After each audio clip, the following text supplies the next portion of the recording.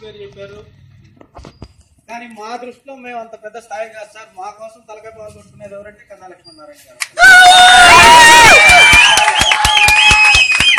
Sir. మేము నరేంద్ర మోడీ గారి దగ్గరికి డైరెక్ట్ గా వెళ్ళలేకపోతే సార్, మీరు వారితో ఉండండి, మేము మీతో ఇప్పుడు వెళ్ళాలనుకుంటాం సార్.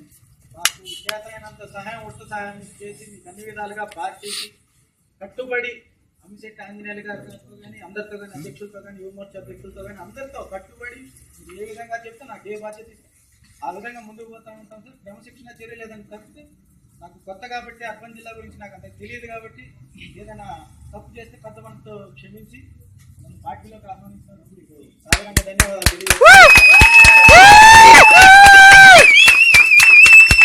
అదేవిధంగా మరి నాకు గుంటూరు రూరల్ జిల్లాలో చాలా అవకాశాలు ఇచ్చారు. వెళ్ళటంతోనే మా బ్రదర్కి ఎమ్మెల్యే టికెట్ పత్తిపాడు 2012లో సుచరిత రాజీనామా చేసినప్పుడు, సుచరిత గారికి బై ఎలక్షన్ పెట్టినప్పుడు మన రాజారత్నం అని మా బ్రదర్కి మేము పార్టీలోకి రాగానే ఆహ్వానించి ఎమ్మెల్యే టికెట్ ఇచ్చింది భారతీయ జనతా పార్టీ. అదేవిధంగా ఎస్సీని ఎవరినైనా మరి జాతీయ అధ్యక్షుడిని చేయగలిగిన పార్టీ, దమ్మున్న పార్టీ ఏదైనా ఉందా అంటే ఒక్క భారతీయ జనతా పార్టీలోనే ఆ సత్తా కాబట్టి భారతీయ జనతా పార్టీ ఎంతో క్రమశిక్షణ అయిన పార్టీ. నేను గత 7 సంవత్సరాల నుంచి భారతీయ జనతా పార్టీ గుంటూరు రూరల్ జిల్లాలో పనిచేస్తా ఉన్నాను. మరి క్రమశిక్షణ అంటే ఏంటో, ఒక పార్టీ నిబద్ధత ఎట్లా ఉండాలో మనకి భారతీయ జనతా పార్టీ నేర్పించింది. నరేంద్ర మోడీ గారి ఆశయాలు చాలా గొప్పవి. ఆ వయసుకి పెద్దవారు కావచ్చు కానీ మనసులో నాకన్నా చిన్నవాళ్ళేమో ఊహకందని ఆయన అసలు మనం ఊహకందని స్కీమ్స్ పెట్టారు. ఎన్నో స్కీమ్స్ ఈ రోజు రాష్ట్రంలో కానీ దేశంలో కానీ ఏ స్కీమ్ అయినా అమలు అవుతుందా అంటే అది నరేంద్ర మోడీ గారు పెట్టిన స్కీమే.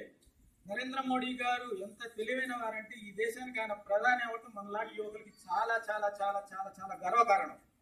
కాబట్టి మీరందరూ కూడా ఈ రోజు నాతో పాటు పార్టీలో జాయిన్ అవడానికి వచ్చినందుకు అందరికీ ధన్యవాదాలు తెలియజేసుకుంటూ, మరి మొట్టమొదటిగా జాయిన్ అయిన వాళ్ళ పేర్లు చదువుతాను, వచ్చి కండవాలు కప్పించుకోవాల్సిందిగా కోరుతున్నాను.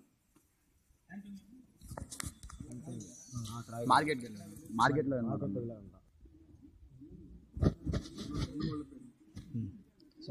శంకర్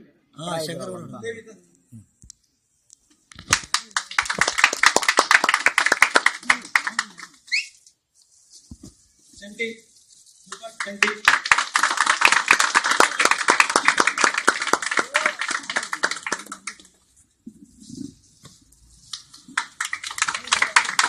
లేవి అన్న, లేవి బ్రో.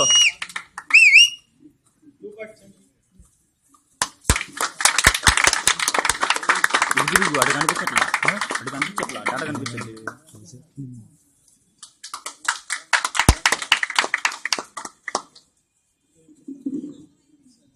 నాకు ఈ అవకాశం ఇచ్చిన పెద్దలు అమిశెట్టి ఆంజనేయులు గారికి, అలాగే నేను పార్టీలో మొదటి రాగానే అన్నా నేను వస్తున్నాను అన్న అనగానే అబ్బా తమ్ముడు బలం వచ్చింది తమ్ముడు అన్నాడు. అబ్బా ఈ మాటకి నేను చాలా ఫిదా అయిపోయాను అన్నమాట. అన్న చాలా థ్యాంక్ యూ అన్న. మీరు ఏదైతే చెప్తున్నా సార్ కొద్దిగా బలం వస్తుంది సార్, నేను వస్తే మీకు ఏదైనా ఉపయోగపడతానంటే నువ్వు రాని అనిచెట్ మన రంగాన్న మా 24వ వార్డుకి బలం వచ్చింది తమ్ముడు అన్నాడు. ఇది నాకు ఇంత మించి ఏం కావాలి, ఏది పడకపోవచ్చు కానీ జస్ట్ నాకున్న కొద్దిగా బలంతోనే ఈ పార్టీని బలోపేతం చేయాలనుకుంటున్నాను. Thank you sir. Santosh Reddy వీళ్ళు గారు, ఇవాళ భారతీయ జనతా పార్టీ అధికారంలోకి వచ్చిన తర్వాత, ప్రధానమంత్రిగా మోడీ గారు వచ్చిన తర్వాత ఆయన ఒకే ఒక మాట చెప్పారు, నేను ఈ దేశానికి ప్రధానమంత్రిని కాదు ప్రధాన సేవకుడిని మాత్రమే అనేటువంటి ఒకే ఒక పదంతో ఆయన ఆలోచన విధానం కానీ, ఆయన ప్రజల కోసం ఏం చేయాలనుకుంటున్నాడు కానీ, ఒక సామాన్యమైన వ్యక్తిగా ఆయన జీవితం ప్రారంభించినటువంటి పేద ప్రజల కష్టాలు చేస్తున్నటువంటి మోడీ గారు ఈ దేశంలో గత 70 సంవత్సరాల నుంచి పేద ప్రజల కోసం కొన్ని లక్షల కోట్లు ఖర్చు పెట్టినటువంటి గవర్నమెంట్ ఇవాటికి కూడా ఆ పేద ప్రజలు అలాగే ఉండడానికి గ్రహించారు. కారణం ఈ పెట్టినటువంటి పథకాలన్నీ కూడా మధ్యలో ఉన్నటువంటి దళారులు రాజకీయ నాయకులు తీసుకోవడం వల్ల వాళ్ళు బలపడ్డారు కానీ ఎవరికైతే అందాలో వాళ్ళ పేరుకి అందలేదు. ఇది గ్రహించినటువంటి మోడీ గారు ఈ యొక్క పథకాల యొక్క ఉపయోగం ఏదైనా ఉంటే డైరెక్ట్ గా పేదలకి అందేటట్టుగా అనేకమైనటువంటి డిస్ట్రక్షన్ ఇవాళ ఆధార్ కార్డు పెట్టారు, అలాగే జన్ధన్ అకౌంట్ పెట్టారు, అలాగే స్కిల్ ఇండియా, డెవలప్మెంట్ ఇండియా, ఇట్లా టోటల్ గా యూత్ ఎప్పుడైతే డెవలప్ అవుతారో అప్పుడే ఆ దేశం బాగుపడుతున్న ఉద్దేశంతో ఇందులో కులం లేదు, మతం లేదు, కేవలం భారతీయ పౌరులు ఉండాలా అనేటువంటి ఆలోచనతో తీసుకొచ్చారు.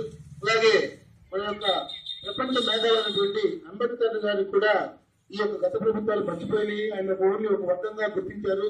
కానీ ఆయన ఒకటే చెప్పాడు, నేను ఇవాళ అతి సామాన్యుల కుటుంబం నుంచి వచ్చినటువంటి ఒక వ్యక్తిని, నేను ఇవాళ ప్రధానమంత్రి అయ్యాను అంటే దానికి కేవలం మన రాజ్యాంగాన్ని రచించినటువంటి అంబేద్కర్ గారి యొక్క ఆలోచన విధానం వల్లే నేను ప్రధానమంత్రి అయ్యాను. అటువంటి వ్యక్తి యొక్క ఆలోచనని గత ప్రభుత్వాలు గుర్తించలేదు.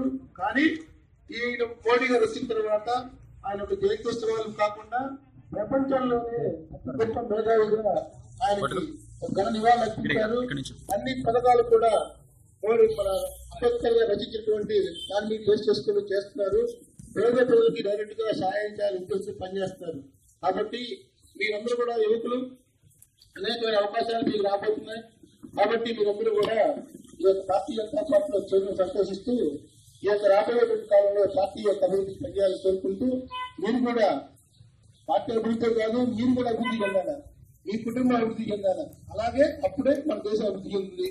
ఎంతో గుర్తుపెట్టుకొని మీరందరూ కూడా పనిచేయాలని కోరుకుంటూ, ఇప్పుడు అర్పణ్ జిల్లా అధ్యక్షులు రమేష్ గారు మాట్లాడుతున్నారు.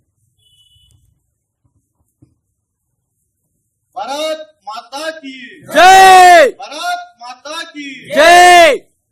ఈరోజు గుంటూరు అర్బన్ జిల్లాలో చాలా ఆనందకరమైన వాతావరణం కనబడింది. ఏదైతే అనిల్ గుంటూరు అర్బన్ జిల్లాలకు రావడం చాలా సంతోషకరమైన విషయం. చాలా బలం కూడా చేకూరింది గుంటూరు అర్బన్ జిల్లా యువమోర్చాలో.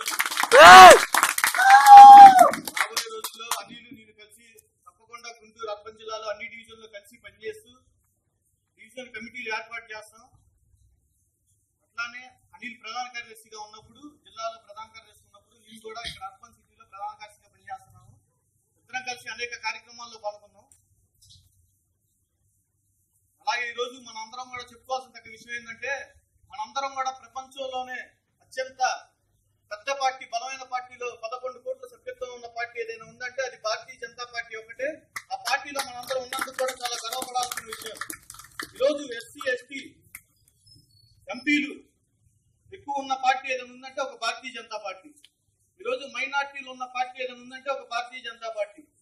ఈరోజు కాంగ్రెస్ పార్టీ వాళ్ళు కానీ, వైసీపీ వాళ్ళు కానీ, భారతీయ జనతా పార్టీ ఒక కుల పార్టీ, భారతీయ జనతా పార్టీ ఒక ఎస్సీ ఎస్టీకి చాలా దూరంగా ఉంటుంది పార్టీ. వీళ్ళకి ఏం చేయదంటారు. కానీ భారతీయ జనతా పార్టీలో ఉన్న ఎక్కువ మంది ఎంపీలు ఎవరు ఉన్నారంటే ఒక ఎస్సీ ఎస్టీ మైనార్టీ ఎంపీలే ఈ దేశంలో ఉంది. ఏదైతే జమ్మూ అండ్ కాశ్మీర్ నుంచి కన్యాకుమారి వరకు బీజేపీ గెలుపుని అలవాటు చేసుకుంది. రాబోయే రోజుల్లో 2019లో ఎలక్షన్ దృష్టిలో మన ఆంధ్రప్రదేశ్ లో కూడా ప్రభుత్వం ఏర్పాటు చేసే దిశగా ఈరోజు అమిత్ షా గారి నాయకత్వం మనం 2000 బూత్ కమిటీలు ఏర్పాటు చేసుకోవడం జరుగుతుంది. ఈ రాష్ట్రంలో కూడా గుంటూరు అర్బన్ జిల్లాలో రాష్ట్రం మొత్తం మీద పోలిస్తే గుంటూరు అర్బన్ జిల్లాలో మనకి బలమైన నాయకుడు, ఈ రాష్ట్రంలో ఎక్కడ లేని బలమైన నాయకుడు, ఒక సామాజిక వర్గ నాయకుడు ఈ రోజు మనకి రాజకీయ అనుభవ వ్యక్తులు. 25 సంవత్సరాలుగా ఎమ్మెల్యేగా, 14 సంవత్సరాలు మినిస్టర్గా, 35 సంవత్సరాల రాజకీయ జీవితంలో ఉన్న ఒక బలమైన నాయకుడు ఈ రోజు కన్నా లక్ష్మీనారాయణ గారు.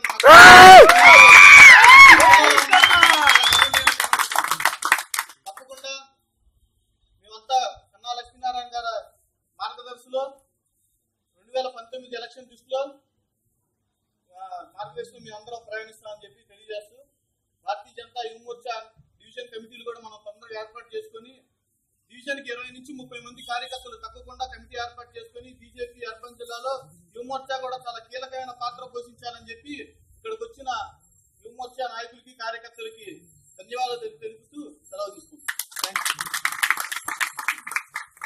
ధన్యవాదాలండి అభిలాష్ గారు. భారతీయ జనతా పార్టీలో ఇంతమంది యువతులు వాళ్ళు చేరడం అనేటువంటి చాలా సంతోషదాయకం. ముఖ్యంగా గుర్తుంచుకోవాల్సింది, భారతదేశం మొత్తంలో కల్లా ప్రపంచంలో ఉన్నటువంటి అన్ని దేశాల్లో యువత కన్నా కూడా భారతదేశంలో యువత ఎక్కువ మంది ఉన్నారు. వీళ్ళందరూ కూడా నిజాయితీగా వాళ్ళ యొక్క కార్యక్రమాలు చేస్తే భారతదేశం రాబోయేటువంటి కాలంలో ప్రపంచాన్ని శాసించే స్థాయికి వెళ్తుంది. ఆ యొక్క పని యూత్లో మీ యొక్క యోగా కార్యక్రమం ఉంది. కాబట్టి ఇది గ్రహించాలి. ఇప్పుడు అర్బన్ జిల్లా ఉపాధ్యక్షులు అబ్దుల్ మాట్లాడుకో. సభకు నమస్కారం.